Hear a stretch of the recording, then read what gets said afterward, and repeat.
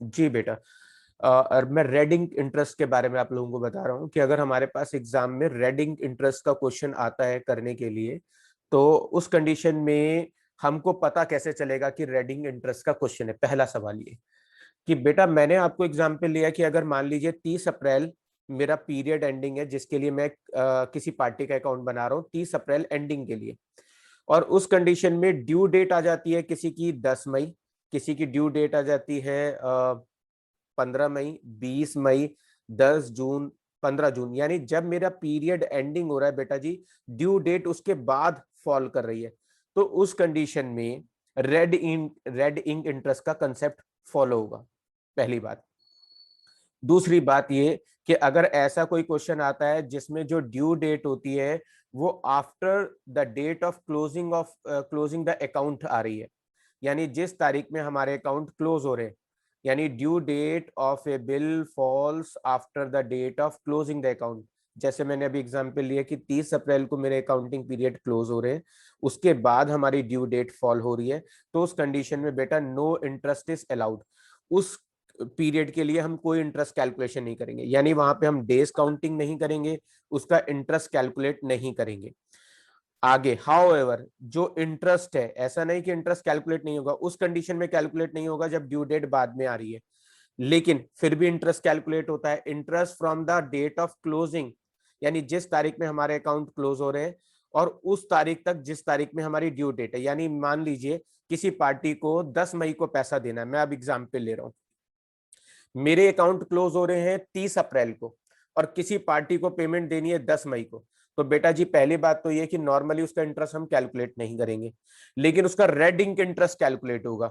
Red ink interest तब calculate करते हैं जब क्लोजिंग डेट के बाद ड्यू डेट आ रही हो।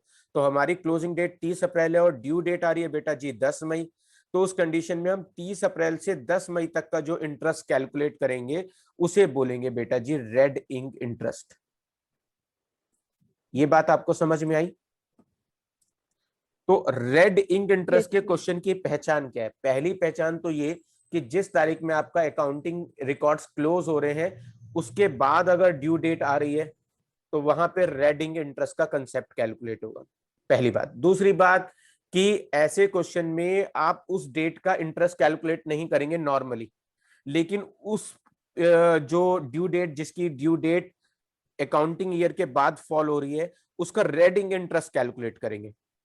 अब इसी चीज को, ये जो हम मैंने आपको तीन बातें बताई हैं, पहली बात कि रेडिंग इंटरेस्ट का कंसेप्ट तब लगता है जब जिस तारीख में अकाउंटिंग क्लोज हो रहे हैं उसके बाद कोई ड्यू डेट आ रही हो, पहली बात। दूसरी बात ये कि उसकी नॉर्मल ट्रांजैक्शन में इंटरेस्ट कैलकुलेट नहीं होता, उसका रेडिंग इंटरेस्ट कैलकुलेट होता है। और वो कैसे कैलकुलेट होता है? जिस डेट में आपके अकाउंट क्लोज हुए और जिस तारीख में उसका ड्यू डेट बैठ रहा है उस पीरियड का, यानी फ्यूचर पीरियड का हम रेडिंग इंटरेस्ट निकालकर उसकी रिवर्स डायरेक्शन में पोस्टिंग करते हैं। यानी नॉर्मली अगर वो ट्रांजैक्शन डेबिट में है तो उसका रेडिंग इंटरेस्ट क्रेडिट साइड में लिखा जाएगा, और नॉर्मल ट्रांजैक्शन अगर क्रेडिट में है तो उसका रेडिंग इंटरेस्ट डेबिट में लिखा जाएगा। इजी है, आपको समझ में आ जाएगा बेटा। आइए इलस्ट्रेशन 7 से समझने जा रहे हैं बेटा जी। यहां पर एक्स और वाई के बीच में जो ट्रांजैक्शन हुई है उसकी डिटेल हमको दी हुई है।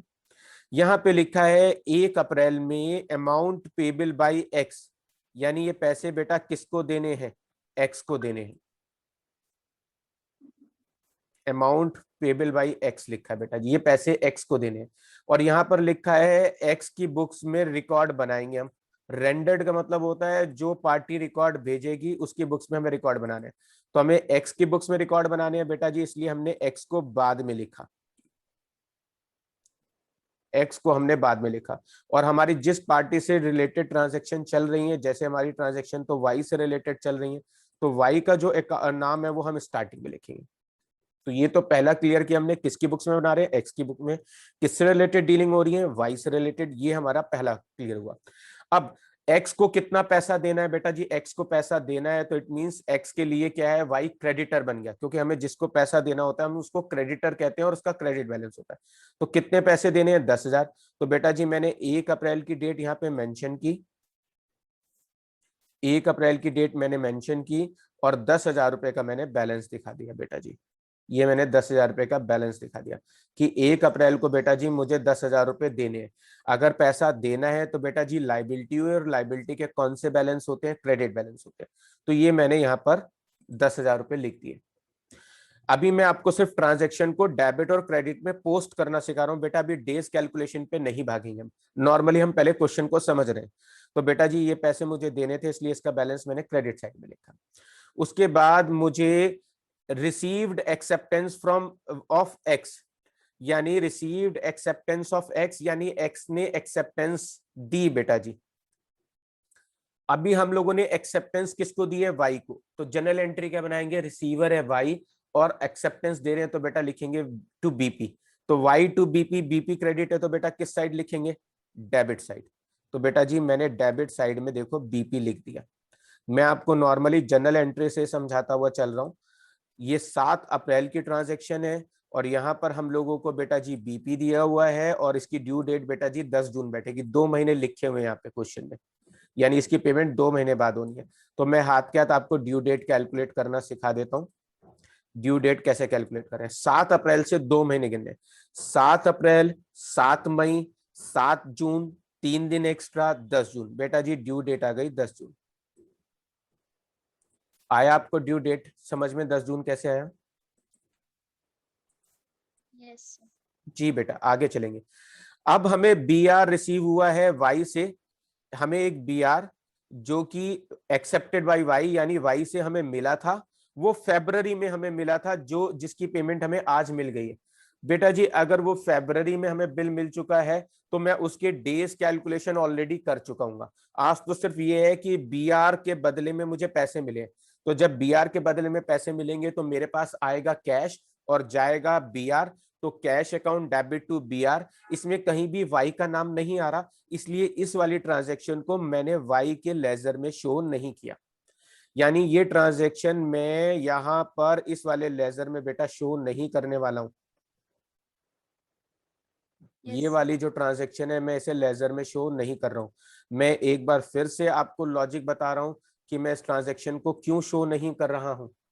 बेटा जी जब बिल मैच्योर्ड होगा तो पार्टी मुझे पैसे देगी और बिल चला जाएगा, तो cash to B are.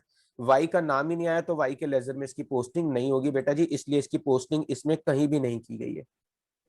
Done. आगे चलते हैं बेटा जी। हमने अब की बार वाई को माल बेचा। अगर हम वाई को माल बेचेंगे तो Y to sales, sales credit है तो किस साइड आएगी, डेबिट साइड। बेटा जी यहां पर लिखा है 10 तारीख को हमने माल बेचा है और इसकी पेमेंट 10 मई को मिलनी है। तो हमने यहाँ पे लिखा 10 तारीख को हमने माल बेचा, इसकी पेमेंट 1 महीने बाद। यहाँ पे लिखा है इसकी पेमेंट 10 मई को मिलेगी। तो बेटा जी 10 मई की ड्यू डेट मैंने हाईलाइट कर दी कि इसकी पेमेंट 10 मई को आएगी। माल बेचा है तो टू सेल्स लिख दिया। कितने रुपए का माल बेचा है, 15,000 का। उसके बाद एक्स रिसीव चेक, मुझे चेक मिला है। मुझे चेक मिला है तो एंट्री बनेगी bank to Y. Bank debit है तो बेटा जी किस साइड आएगा, क्रेडिट साइड। बेटा जी ये देखिए मैंने क्रेडिट साइड में शो कर दिया। कितने रुपए का चेक मिला था बेटा जी, मुझे चेक मिला है, मैंने बैंक करके हाईलाइट कर दिया। कौन सी डेट में मिला है, 12 तारीख में। मैंने डेट भी हाईलाइट कर दी बेटा जी ये। और इसकी ड्यू डेट कब है, इसकी ड्यू डेट यहाँ मेंशन है 15 मई है। तो बेटा जी 15 मई की ड्यू डेट थी, वहां पे हमने 15 मई की ड्यू डेट मेंशन कर दी। अभी सिर्फ मैं आपको सिंपली ना ट्रांजेक्शन्स को डेबिट क्रेडिट में पोस्ट करना समझा रहा हूँ, उसके बाद हम डेज कैलकुलेशन पे आएंगे। डन बेटा जी। आगे चलते हैं बेटा जी। उसके बाद इसमें लिखा है कि हमने, वाई ने हमको माल बेचा। वाई ने माल बेचा मतलब मैंने खरीदा। मैंने खरीदा तो एंट्री बनेगी purchase to Y. Purchase debit है तो बेटा किस साइड आएगा, क्रेडिट साइड। बेटा जी ये देखो हमने यहाँ पे ये ट्रांजेक्शन शो कर रखी है परचेज के नाम से। डेट बेटा जी आप चाहो तो ऊपर चेक कर लो कौन सी डेट में ये ट्रांजेक्शन हुई थी, 15 तारीख में। इसकी ड्यू डेट है 15 मई। फिलहाल मैं इसको हाईलाइट करने जा रहा हूँ, ये मैंने हाईलाइट कर दिया। 15 तारीख की ट्रांजैक्शन है, ड्यू डेट बेटा जी इसकी 15 मई दी हुई है। उसके बाद आते हैं X return goods sold by Y. Y ने बेचा था, मैंने उसे माल वापस किया है। मैंने माल वापस किया है तो Y to purchase return. Purchase return credit है तो बेटा जी किस साइड आएगी, डेबिट साइड। देखो बेटा जी ये आ गया वाई टू परचेज रिटर्न,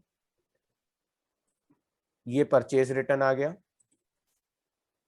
और इसकी ड्यू डेट बेटा जी 15 अप्रैल दे रखी है हम लोगों को, यहाँ पे ये 20 दिया हुआ है, इसकी ड्यू डेट बेटा 15 मई है। यहाँ पर प्रिंटिंग मिस्टेक है, मैं यहाँ पे इसको करेक्ट कर रहा हूँ 15 मई, और यहाँ पे हम लोगों ने लिख दिया 1000 रुपये। 1000 रुपये का माल वापस हुआ था, ये रहा।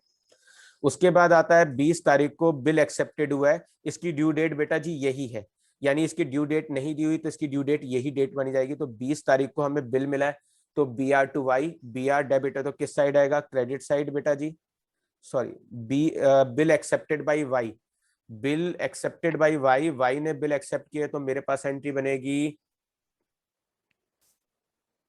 Bill accepted by Y is dishonoured. अच्छा मैंने डिसऑनर्ड तो पढ़ा ही नहीं बेटा जी, बिल जो हमने उसने एक्सेप्ट किया था वो डिसऑनर्ड हो गया। जब बिल डिसऑनर्ड होगा तो हम पैसे किससे मांगेंगे, वाई से। पहले मैं बिल मिलने की एंट्री समझाता हूँ। BR to Y, BR to Y, bill मिला हमको BR टू वाई। जब डिसऑनर्ड होगा तो रिवर्स एंट्री बनेगी Y to BR, BR credit है तो किस साइड आ जाएगा बेटा जी, डेबिट साइड। ये देखिए बिल डिसऑनर्ड की एंट्री हमने शो कर दी बेटा जी। और बेटा जी इसकी ड्यू डेट यही डेट थी, इसी डेट में इसकी पेमेंट होनी थी। तो देखिए बेटा जी जो इसकी ट्रांजैक्शन डेट है उसी में हमने इसकी ड्यू डेट हाईलाइट कर दी है, ये इसकी ड्यू डेट है भाई।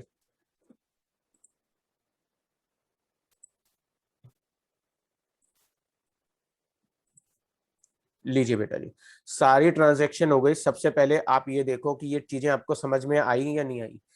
सबसे पहले मेरा क्रेडिट बैलेंस था, मैंने यहाँ पे क्रेडिट बैलेंस शो किया 10,000 का। फिर उसके बाद रिसीव्ड एक्सेप्टेंस ऑफ एक्स, यानी एक्स ने वाई को एक्सेप्टेंस दी तो Y टू BP था, तो बेटा जी ये BP मैंने यहाँ शो कर दिया। उसके बाद बिल BR मुझे मिला है, इसकी पेमेंट हुई है, मैंने इसका लॉजिक समझा दिया कि इसकी एंट्री क्यों नहीं हुई, क्योंकि एंट्री बनेगी कैश टू BR, वाई का नाम ही नहीं आया तो इसलिए वाई के लेजर में पोस्टिंग ही नहीं हुई। फिर हमने वाई को माल बेचा था तो बेटा जी ये देखिए मैंने सेल्स की एंट्री शो कर दी। फिर मुझे चेक मिला था तो बेटा जी मैंने यहाँ पे चेक की एंट्री शो कर दी। फिर उसके बाद वाई ने मुझे माल बेचा था, मतलब मैंने माल खरीदा था तो बेटा जी मैंने माल खरीदने की एंट्री यहाँ लिख दी। उसके बाद मैंने माल वापस किया था तो बेटा जी मैंने माल वापस करने की एंट्री यहाँ शो कर दी। उसके बाद बिल डिसऑनर्ड हुआ तो बेटा जी बिल डिसऑनर्ड की एंट्री शो कर दी। जो जो ड्यू डेट उनके आगे लिखी थी वो ड्यू डेट मैंने लिख दी। अब आपको क्या सिखाया था वो उस पर ध्यान देते हैं बेटा जी। मैंने यहाँ पे सिखाया था पहली जी चीज ये कि रेड इंक इंटरेस्ट कंसेप्ट वहां पे लागू होगा जहां पर आपकी ड्यू डेट क्लोजिंग डेट के बाद आ रही हो। हमारी बेटा जी इस क्वेश्चन में क्लोजिंग डेट बेटा 30 अप्रैल है। आप देखो 30 अप्रैल क्लोजिंग डेट है, ये मैंने आपके लिए हाईलाइट कर दिया, क्लोजिंग डेट 30 अप्रैल है, डन। और कुछ ड्यू डेट 15 मई की है, देखो बेटा जी ये रही ड्यू डेट, यहाँ पर ड्यू डेट 10 जून है, यहाँ पर ड्यू डेट बेटा जी 15 मई है, यहाँ पे ड्यू डेट 15 मई है, यानी क्लोजिंग डेट के बाद ड्यू डेट आ रही है। तो इसका मतलब ये हुआ कि इसमें रेडिंग इंटरेस्ट का कंसेप्ट लगेगा। तो ये तो मैंने आपको पहली बात बताई कि रेडिंग इंटरेस्ट कब लगता है, जब ड्यू डेट के बाद किसी पेमेंट की डेट आ रही हो, ड्यू डेट बैठ रही हो क्लोजिंग डेट के बाद। दूसरा, नॉर्मली ऐसी ट्रांजैक्शन पे इंटरेस्ट कैलकुलेट नहीं होगा जिसकी ड्यू डेट बाद में आ रही हो। देखो बेटा जी मैंने यहाँ पे इंटरेस्ट कैलकुलेट नहीं किया, इसकी ड्यू डेट 10 जून है तो बेटा जी हमारा क्लोजिंग पीरियड है 30 अप्रैल, ड्यू डेट है 10 जून, तो मैंने इसकी डेज कैलकुलेशन और प्रोडक्ट नहीं निकाला। इसकी ड्यू डेट 15 तारीख है, 10 मई दी हुई है, इसके भी डेज कैलकुलेट नहीं किए, इसका भी प्रोडक्ट नहीं निकाला। क्यों नहीं निकाला बेटा जी, क्लोजिंग डेट 30 अप्रैल है और ड्यू डेट उसके बाद आ रही है, तो ऐसी ट्रांजेक्शन का नॉर्मली इंटरेस्ट नहीं निकलता। तो ना तो मैंने 10 जून का निकाला, ना ही मैंने 10 मई का निकाला, ना ही मैंने 15 मई का निकाला। यहाँ पे ड्यू डेट बेटा 20 अप्रैल है, तो ड्यू डेट 30 अप्रैल से पहले आ गई है, तो 20 अप्रैल से 30 अप्रैल तक कितने दिन होते हैं बेटा जी, 10 दिन। तो इसका इंटरेस्ट कैलकुलेट कर दिया, क्योंकि ड्यू डेट 30 अप्रैल से पहले आ रही है तो डेज कैलकुलेशन नॉर्मली करेंगे। तो बेटा जी 20 से लेकर 30 तारीख तक कितने दिन होते हैं, 10 दिन। 5,000 में 10 से मल्टीप्लाई की कितना प्रोडक्ट हो गया, 50,000 रुपए का। अब आते हैं बेटा जी ये वाला बैलेंस है, तो ये जो बैलेंस है 1 अप्रैल में ये ड्यू था, 1 अप्रैल से 30 अप्रैल तक। अब बैलेंस है तो 1 अप्रैल का दिन भी गिना जाएगा। तो बेटा जी यहाँ पर क्या करने जा रहे हैं, 1 अप्रैल से 30 अप्रैल तक का टाइम है, तो यानी 30 दिन बेटा जी मैंने इसके काउंट कर लिए। इसकी ड्यू डेट बेटा जी 15 मई है, क्लोजिंग डेट के बाद इसकी ड्यू डेट आ रही है, इसलिए इसके डेज कैलकुलेशन और प्रोडक्ट नहीं निकाला जा रहा है। इसकी ड्यू डेट बेटा जी 15 मई है, इसका भी हम लोगों ने डेज कैलकुलेशन और प्रोडक्ट नहीं निकाला है। इसकी ड्यू डेट बेटा जी ये खत्म हो गया यहाँ पे। अब ये वाली दूसरी बात हो गई, हमने दो बातें सीख ली। पहली चीज ये कि अगर ड्यू डेट क्लोजिंग डेट के बाद ड्यू डेट है तो रेडिंग इंटरेस्ट का कंसेप्ट लगेगा। पहला खत्म करते हैं इस बात को। दूसरा कि अगर क्लोजिंग डेट के बाद ड्यू डेट आ रही है तो नॉर्मल ट्रांजैक्शन पे इंटरेस्ट नहीं निकलेगा, तो मैंने नॉर्मल ट्रांजैक्शन पे इंटरेस्ट नहीं निकाला है, इंटरेस्ट नहीं निकाला है क्योंकि मैंने डेज कैलकुलेशन नहीं की, मैंने उसकी प्रोडक्ट कैलकुलेशन नहीं की, मैंने डेज कैलकुलेशन नहीं की, मैंने उसकी प्रोडक्ट कैलकुलेशन नहीं की। लेकिन उसका रेडिंग इंटरेस्ट जरूर निकलेगा। वो कैसे निकलेगा? क्लोजिंग डेट से ड्यू डेट तक का रेडिंग इंटरेस्ट निकलेगा और उसकी रिवर्स साइड में एंट्री करेंगे। फिर से बोलता हूं, क्लोजिंग डेट से ड्यू डेट तक का पीरियड गिनेंगे। क्लोजिंग डेट 30 अप्रैल है, ड्यू डेट अक्सर मोस्टली पॉइंट्स में 15 मई है, तो क्लोजिंग डेट से ड्यू डेट तक का पीरियड निकालेंगे, उसका रेडिंग इंटरेस्ट निकलेगा और उसकी रिवर्स साइड कैलकुलेशन करेंगे। आओ बेटा जी, किया है क्या नहीं किया देखो। इसकी ड्यू डेट बेटा जी 10 जून है और इसकी रिवर्स कैलकुलेशन बेटा जी ये रखी। देखो इसकी अमाउंट 5000 है, ड्यू डेट 10 जून है, ये रही ड्यू डेट 10 जून, ये रही इसकी अमाउंट 5000 रुपए। इसके दिन कैसे कैलकुलेट किए 41 वो बताने जा रहा हूं बेटा जी। क्लोजिंग डेट क्या थी हमारी 30 अप्रैल, 30 अप्रैल से 10 जून तक के दिन गिनने हैं बेटा जी। तो 30 अप्रैल तो खत्म हो गया, जून जुलाई के बैठे सॉरी अप्रैल के बाद मई के बैठे 31 दिन और जून के बैठे 10 दिन। अप्रैल के बाद मई के बैठे 31 दिन और जून के बैठे 10 दिन, तो 31 और 10 41 दिन।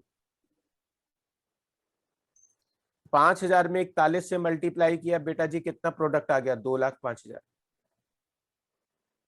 आया आपको समझ में मैं क्या समझाना चाह रहा हूं? सर इसमें रिवर्स में एंट्री समझ में नहीं आया, रिवर्स में क्यों करते हैं?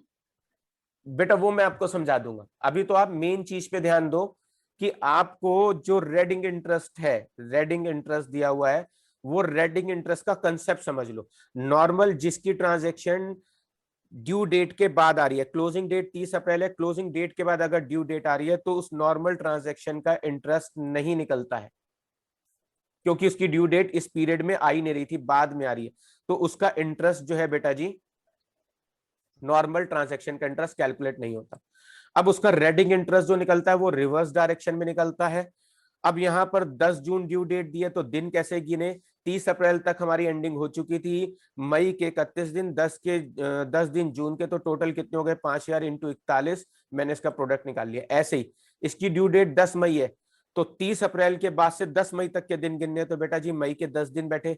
ये देखो बेटा जी 15,000 पर 10 दिन का इंटरेस्ट कैलकुलेट कर लिया, 10 मई यानी 10 दिन तक का इंटरेस्ट निकाल लिया और उसका प्रोडक्ट यहां लिख दिया। उसके बाद 15 मई दिया है तो 30 अप्रैल से 15 मई तक बेटा कितने दिन बैठेंगे 15 दिन बैठेंगे। तो 1000 पर बेटा जी ये देखिए 15 दिन का इंटरेस्ट निकाल रखा है, 1000 पे 15 दिन का इंटरेस्ट निकाला 15,000 रुपए। इसकी ड्यू डेट इसी महीने के अंदर आ गई थी, 30 अप्रैल से पहले आ गई थी, तो 20 से 30 अप्रैल तक कितने दिन हो गए 10, उसका इंटरेस्ट हमने नॉर्मली निकाल के यहां लिख दिया। उसके बाद आते हैं बेटा जी इसका, इसकी ड्यू डेट इसी महीने के अंदर आ रही थी, 1 अप्रैल को ये अमाउंट ड्यू थी, 30 अप्रैल को इसका हिसाब किताब होने जा रहा है, तो 30 दिन का इंटरेस्ट हमने कैलकुलेट कर लिया, यानी कि 30 दिन का हमने प्रोडक्ट निकाल लिया। इसकी ड्यू डेट 15 तारीख दी हुई है बेटा जी, तो 7,500 पे 15 दिन का इंटरेस्ट रिवर्स साइड में ये लिखा हुआ red ink interest product method से हम निकालने जा रहे हैं। कैसे निकालने हैं? रेड इंक प्रोडक्ट 7,500 की अमाउंट है, 15 दिन, 30 अप्रैल से 15 मई तक के दिन कितने बैठे 15, मैंने इसका प्रोडक्ट निकाला और यहाँ लिख दिया। ऐसे ही ये वाली परचेज दी हुई है हमको, इसकी भी ड्यू डेट 15 तारीख दी हुई है, तो 6,000 पर 15 दिन का, 6,000 पर 15 दिन का हमने इसका प्रोडक्ट निकाल लिया। बोलो बेटा। Yes sir. Red ink interest concept समझ में आया आपको? यस कब लगाते हैं बेटा रेडिंग इंटरेस्ट कंसेप्ट? सर जब ड्यू डेट हमें बाद की गिवन होती है। जी पहली बात। दूसरी बात कि अगर जिसकी ड्यू डेट बाद की होगी उसका बेटा जी नॉर्मल इंटरेस्ट कैलकुलेट होगा, यस और no? Yes sir. Interest calculate होगा क्या उसका नॉर्मल इंटरेस्ट? सर नहीं। No sir. Normal interest calculate नहीं होगा। नहीं उसका फिर क्या कैलकुलेट होगा बेटा जी? Reverse Reading. साइड में रेडिंग इंटरेस्ट कैलकुलेट होगा। कैसे कैलकुलेट होगा? उसके दिन कैसे गिनेंगे? क्लोजिंग जो आपका पीरियड का क्लोजिंग डेट है जो कि हमारा 30 अप्रैल है, यस वहां से हम पीरियड काउंट करते हैं। 30 अप्रैल से 10 जून तक, मई के 31 दिन, जून के 10 दिन, टोटल हो गए 41 दिन, ये रहे। उसके बाद 30 अप्रैल से 10 दिन मई के, तो 10 दिन हो गए मई के, ये रहे 10 दिन। उसके बाद हम लोगों को 15 मई दिया हुआ है, तो 30 अप्रैल से 15 मई तक के दिन गिने तो बेटा जी 15 दिन हो गए, ये हमारे पास 15 दिन आ गए। यस जी बेटा जी, आपको आया समझ में? ऐसे ही यहाँ पर हम लोगों ने, Yes, जिसके उसी महीने में ड्यू डेट आ रही है उसका नॉर्मल इंटरेस्ट निकलेगा। 20 अप्रैल से 30 अप्रैल तक 10 दिन, यहाँ पर 1 अप्रैल से 30 अप्रैल तक 30 दिन। इसकी ड्यू डेट बाद में थी इसलिए इसका रिवर्स साइड निकाला हम लोगों ने 15 दिन का। इसका ड्यू डेट बाद का था इसलिए इसका रिवर्स साइड रेडिंग इंटरेस्ट निकाल लिया। अब हम लोगों ने सबका प्रोडक्ट निकाला। बेटा जी इस साइड का प्रोडक्ट का सम करो, अपना कैलकुलेटर उठाओ।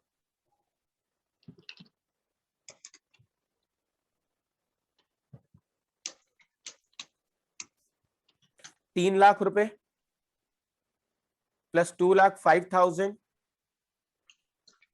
so 670. Plus 1,50,000 Yes, sir. Plus 15,000।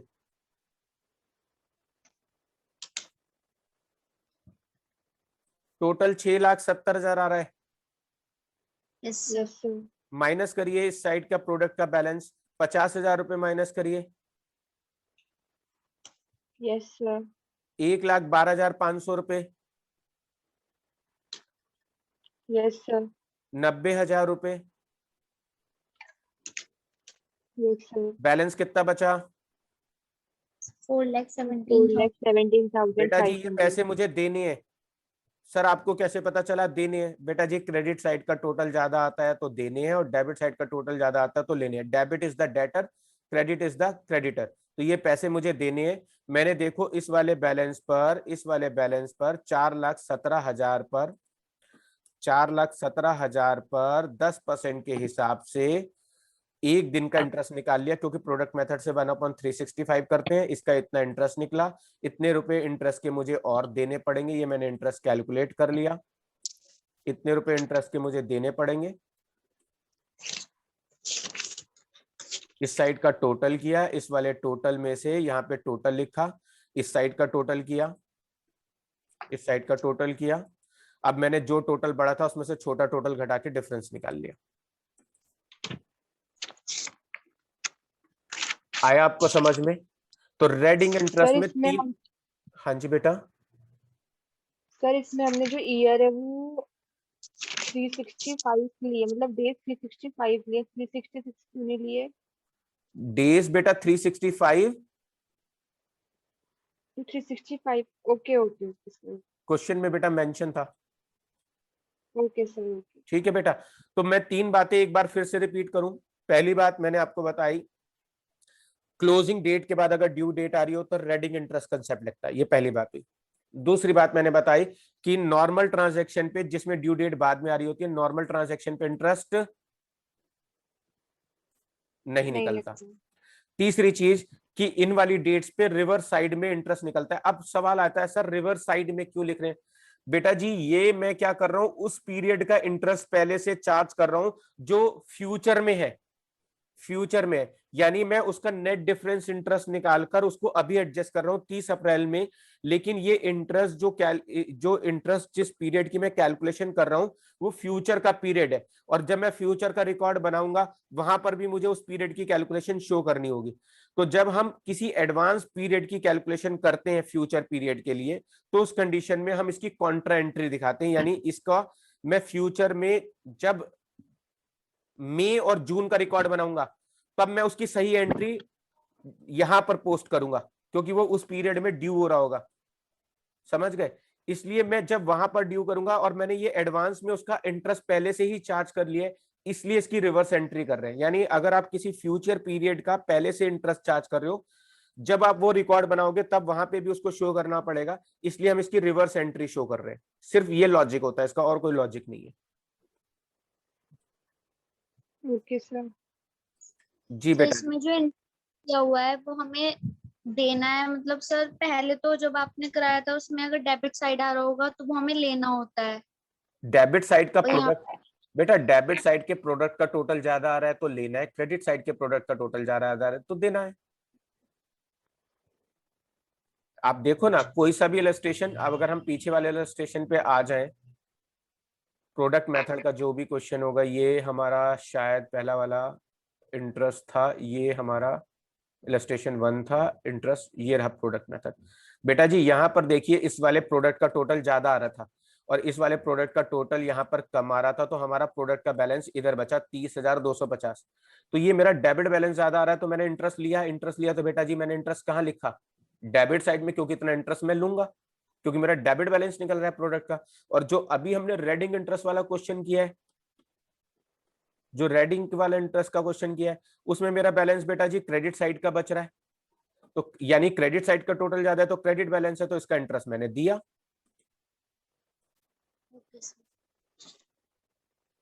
Sir इसमें अगर हमें कोई भी मेथड नहीं बोला जा रहा कि हमें इस मेथड से कैलकुलेट करना है, तो हम उसे प्रोडक्ट मेथड से कैलकुलेट जी करते हैं। प्रोडक्ट, बेटा जी product method, forward method use करें, सबसे इजी और सबसे अच्छा मेथड, जहां सबसे लेस मिस्टेक होने के चांस है। बस आपको क्वेश्चन में ये याद रखना है कि रेडिंग इंटरेस्ट कंसेप्ट लगेगा या नहीं लगेगा। रेडिंग इंटरेस्ट एग्जाम में नहीं आता है, सीपीटी वाले एग्जाम्स में इसकी थ्योरी आती है मोस्टली।